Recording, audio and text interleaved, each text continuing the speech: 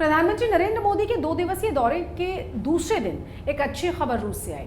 PM Modi ने रूसी राष्ट्रपति पुतिन के बीच रक्षा, वाणिज्य, कारोबार से जुड़े मुद्दों पर चर्चा के बीच रूसी सेना में जबरदस्ती भर्ती किए जा रहे भारतीयों की वतन वापसी के मुद्दे पर भी चर्चाएं की हैं, जिसके बाद रूसी राष्ट्रपति पुतिन ने वहां फंसे हुए भारतीयों की वतन वापसी को ग्रीन सिग्नल दे दिया है।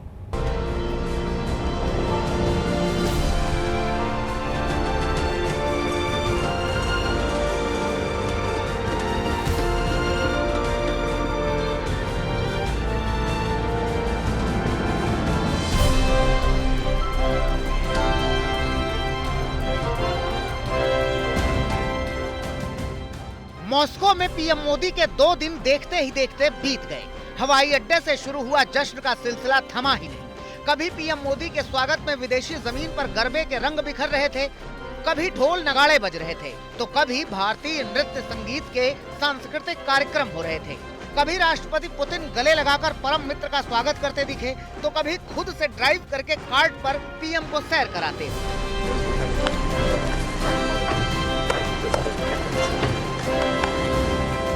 दोस्त के घर 2 दिन के लिए पहुंचे पीएम मोदी ने भारत रूस दोस्ती का मतलब और मकसद दोनों जाहिर किया।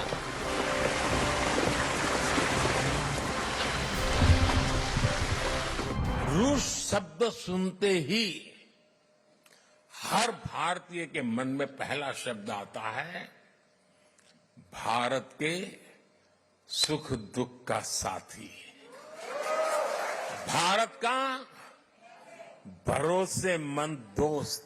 बीते 10 सालों में मैं 6ठी बार रशिया आया हूं और इन सालों में हम एक दूसरे से 17 बार मिले हैं।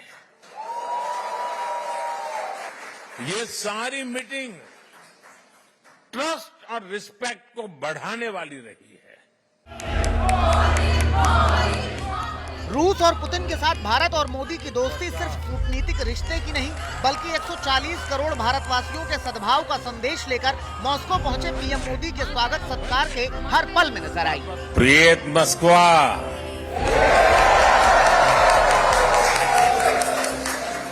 कागदेला। आदरणीय प्रधानमंत्री जी, परम दोस्त, आपका स्वागत है, हार्दिक स्वागत है। आपको देखने से मुझे बड़ी खुशी हुई। मित्र के घर आना वो अपने आप में एक बहुत बड़ा खुशी का अवसर होता है और मुझे आपने अपने घर पर निमंत्रित किया और आज की शाम हम साथ में गप्पे मारे, इसलिए आपने तय किया।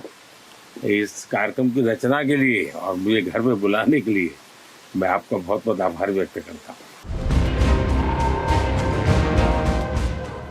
भारत के प्रधानमंत्री का ये रूस दौरा कितना अहम है, ये इसी से जाहिर होता है कि दौरे के पहले ही दिन राष्ट्रपति पुतिन ने अपने आवास पर पीएम मोदी को प्राइवेट डिनर दिया। इसी दौरान अनौपचारिक बातचीत में वो बुनियाद पड़ी जिस पर प्रतिनिधि दल के स्तर तक सहमति के आसार हैं। लेकिन अनौपचारिक बातचीत को लेकर भी एक अच्छी खबर सामने आई।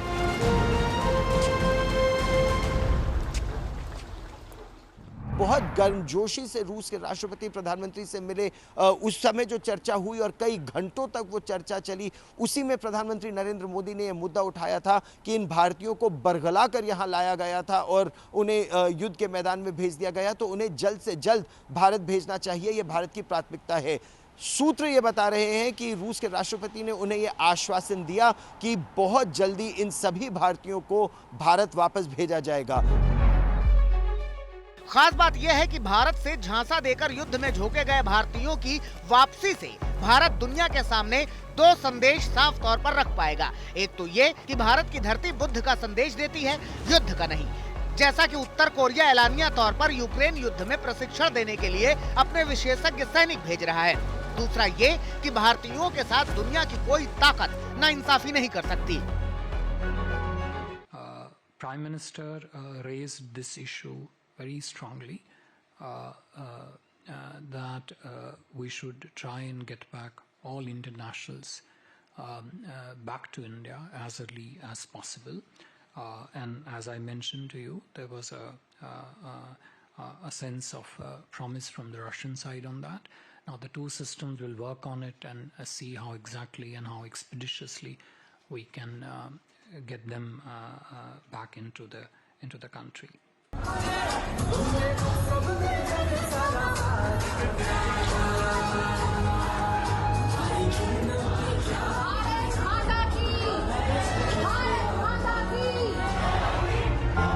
और ये हिंदुस्तानी दिल के लिए इंडिया फर्स्ट सबसे बड़ा ध्येय है। वरना एक तरफ जब मोदी और पुतिन मिल रहे हैं तो दूसरी ओर पश्चिमी देशों के संगठन नाटो का शिखर सम्मेलन चल रहा है, जिस मंच पर मौजूद अमेरिका भी भारत से ही उम्मीदें रख रहा है। We would urge India, as we do any country when it engages with Russia, to make clear that any resolution to the conflict in Ukraine needs to be one that respects the UN Charter, that respects Ukraine's territorial integrity, Ukraine's sovereignty, and India is a strategic partner with whom we engage in a full and frank dialogue, and that includes on our concerns about the relationship with Russia. ये PM Modi के नेतृत्व में भारत के समावेशी सतत विकास और विश्व शांति का संदेश ही है कि यूक्रेन युद्ध को लेकर जिस रूस के खिलाफ पूरा पश्चिम खड़ा है, उसी रूस के मॉस्को से उड़ान भरकर पीएम मोदी का प्लेन वियना पहुंचेगा, जो रूस की हरकतों से खार खाए बैठा है। दरअसल आज का हिंदुस्तान भी विश्व की तमाम समस्याओं के समाधान का संदेश देने की शक्ति रखता है। G20 जैसे मंच पर भारत ने ये साबित किया है। यही वजह है कि आज बहुध्रुवीय होते जा रहे विश्व में एक बड़ा ध्रुव बनकर भारत तैयार हो रहा है, और उसकी अनदेखी ना तो अमेरिका कर सकता है, ना यूरोप और ना रूस। गौरव सावंत, मॉस्को, आज तक। पीएम मोदी के रूस के दौरे के दौरान वहां फंसे भारतीयों की वतन वापसी से जुड़ी खबर जैसे ही भारत पहुंची, कई परिवारों ने राहत की सांस ली। इन्हीं में से एक परिवार है गुरुदासपुर के बलविंदर सिंह का परिवार। बलविंदर सिंह का बेटा गगनदीप सिंह रूस में फंसा हुआ है और जबरदस्ती उसे रूसी सेना में भर्ती करके यूक्रेन ले जाया गया है, जहां वो रूस की तरफ से युद्ध लड़ रहा है। करीब 1 महीने पहले रूस में फंसे भारतीयों का ये वीडियो आपने जरूर देखा होगा, जिसको लेकर दावा ये किया जा रहा था कि इस वीडियो में पंजाब और हरियाणा के कई युवक हैं और गगनदीप भी इस वीडियो में नजर आ रहा है। बहरहाल अब जब रूस से अच्छी खबर आई है तो गगनदीप के परिवार वालों का क्या कहना है, देखिए। फिर हुण सर पता लगा सा कि नरेंद्र मोदी जी साडे प्रधानमंत्री रशिया में गए हैं। मेरी आज तक खबर सुनता रहना, जब उनका बच्चा गया तो फिर बहुत ज़्यादा मैं खबरें दिन रात सुनता रहता हूँ। पता चला कि प्रधानमंत्री पुतिन को मिले हैं, तो ये मुद्दा भी उन्होंने उठाया है कि भारतीय नौजवानों को रिहा करो। पता लगा, बहुत मन खुश होया, बड़ा सुकून होया, क्योंकि दोनों जी गगनदीप की मम्मा भी और मैं भी दोनों डिप्रेशन में चले गए सा, नींद नहीं सी आती, टेंशन में रहंदे सा। ते हुण कोई बहुत उम्मीद है कि प्रधानमंत्री हमारे बच्चों को लैके आउणगे। बड़ी खुशी है मन में कि हमारे बच्चे वापस आएंगे। रुक करते हैं दूसरी बड़ी खबरों का। चंडीगढ़ के बीजेपी ऑफिस में आज लेटर बॉम्ब से खलबली मची है, क्योंकि इस लेटर बॉम्ब में पंजाब बीजेपी के कई सीनियर नेताओं को जान से मारने की धमकी दी गई थी। साथ ही साथ लेटर के साथ जहरीला पदार्थ भी बीजेपी ऑफिस भेजा गया था। धमकी भरी चिट्ठी मिलने के बाद बीजेपी के नेताओं ने केंद्रीय गृह मंत्रालय से सुरक्षा की गुहार लगाई है।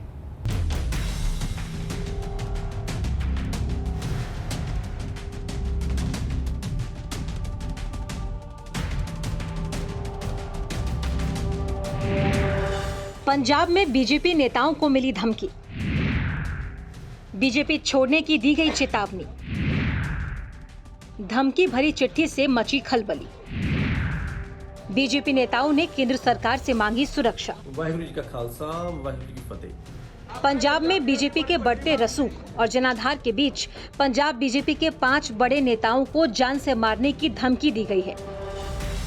बीजेपी नेताओं को ये धमकी चिट्ठी के जरिए दी गई, जिसे चंडीगढ़ स्थित बीजेपी ऑफिस के पते पर भेजा गया। पंजाब में बीजेपी के जिन नेताओं को धमकी दी गई है, उनमें बीजेपी के राष्ट्रीय महासचिव मनजिंदर सिंह सिरसा, बीजेपी सिख समन्वय समिति और राष्ट्रीय रेलवे कमेटी के सदस्य तेजिंदर सिंह सरा, बीजेपी महासचिव परमिंदर सिंह बराड़ और बीजेपी के प्रदेश संगठन महासचिव श्रीनिवासुलू का नाम भी शामिल है। भाजपा के 3 नेताओं को एक थ्रेट लेटर मिली है भाजपा दफ्तर, जो ठीक मेरे पीछे सेक्टर 37 चंडीगढ़ में है। पंजाब भाजपा का 3 बड़े नेता, जिसमें पंजाब भाजपा के सचिव परमिंदर सिंह बराड़ और दूसरे जो सदस्य हैं कोर कमेटी के तेजिंदर सिंह सरा और उसके अलावा भाजपा के जो प्रदेश संगठन के महासचिव है श्रीनिवासनु, तो ये 3 जनों के नाम एक लेटर, थ्रेट लेटर, जिसमें कि उनको भाजपा आरएसएस छोड़ने और उनको जान से मारने की धमकी जो है वो दी गई है। ये वो धमकी भरी चिट्ठी है जिसके माध्यम से बीजेपी नेताओं को टारगेट करने की कोशिश की गई। इसके अलावा इस चिट्ठी के साथ कुछ ज्वलनशील पदार्थ भी भेजे गए। लेटर में बीजेपी नेताओं को चेतावनी दी गई है कि वो बीजेपी छोड़ दें या फिर दुनिया छोड़ दें।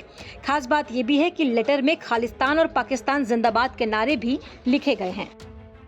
परमिंदर सिंह बराड़ या मनजिंदर सिंह सिरसा जो ऐसे लीडर हैं जो भाजपा के साथ चले गए, सराहा का इसमें तेजिंदर सराहा का नाम है कि वो आरएसएस और भाजपा के साथ मिलकर पंजाब और पंजाब के जो सिख हैं उनके साथ गद्दारी कर रहे हैं। ये पूरे लेटर में लिखकर उनको धमकी दी गई है और कहा गया है कि भाजपा और आरएसएस का साथ छोड़ दिया जाए। तो ये लेटर एक उनको धमकी जिसमें दी गई है वो इस भाजपा दफ्तर सेक्टर 37 में मिला है, जिसके साथ एक ज्वलनशील पदार्थ भी लेटर में था और इसकी शिकायत पुलिस को दी गई है।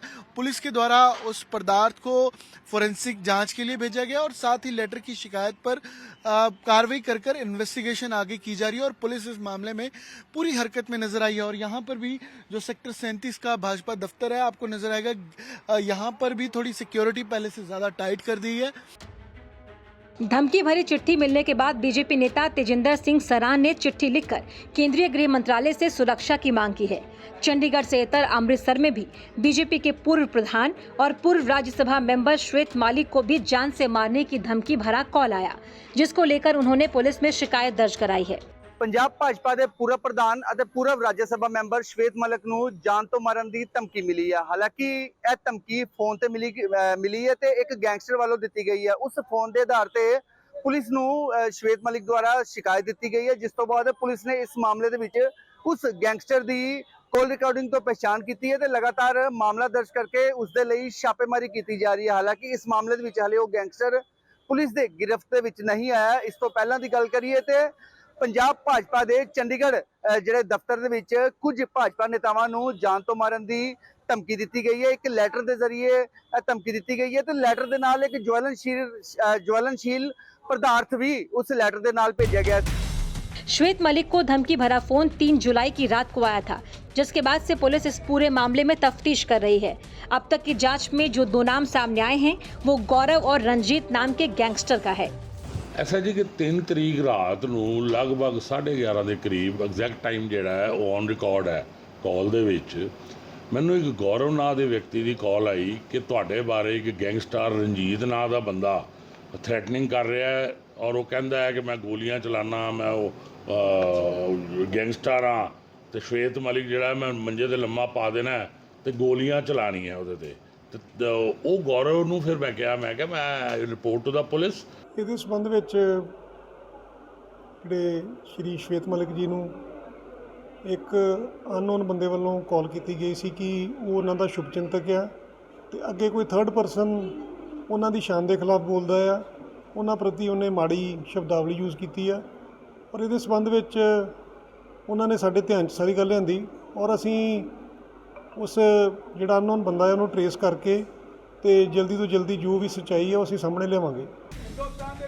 पंजाब में बीजेपी नेताओं को धमकी मिलने के बाद पुलिस अलर्ट मोड पर है।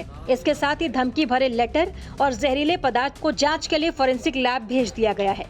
चंडीगढ़ से अमन भारद्वाज और अमृतसर से अमित शर्मा के साथ आज तक ब्यूरो।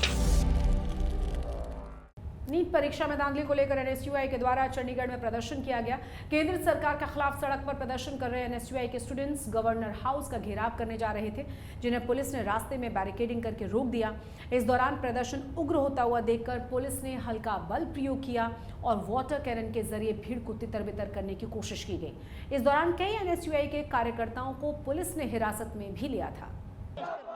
सर, आज प्रोटेस्ट करने का सबसे बड़ा जो कारण है ये धर्मेंद्र प्रधान है, हम जो एजुकेशन मिनिस्टर है, जिससे एक जो नीट का पेपर है, यूजीसी नेट का पेपर है, वो फ्री एंड फेयर नहीं करवाया जा सकता, तो हम उससे इस्तीफा मांगते हैं। अगर उसे नहीं अच्छी तरह मिनिस्ट्री चलती तो वो इस्तीफा दे और ये जो एनटीए नेशनल टेस्टिंग एजेंसी है उसको बैन किया जाए। सुप्रीम कोर्ट का फैसला अगर आएगा, अभी तक फैसला आया नहीं है कि एनटीए को बैन किया जाए, हम सुप्रीम कोर्ट से भी मांग करते हैं और ये बीजेपी वालों को भी बोलते हैं कि एनटीए को बैन किया जाए। ये एनटीए हर चीज की जड़ है, ये करप्शन की जड़ है, ये पेपर लीक होने की जड़ है।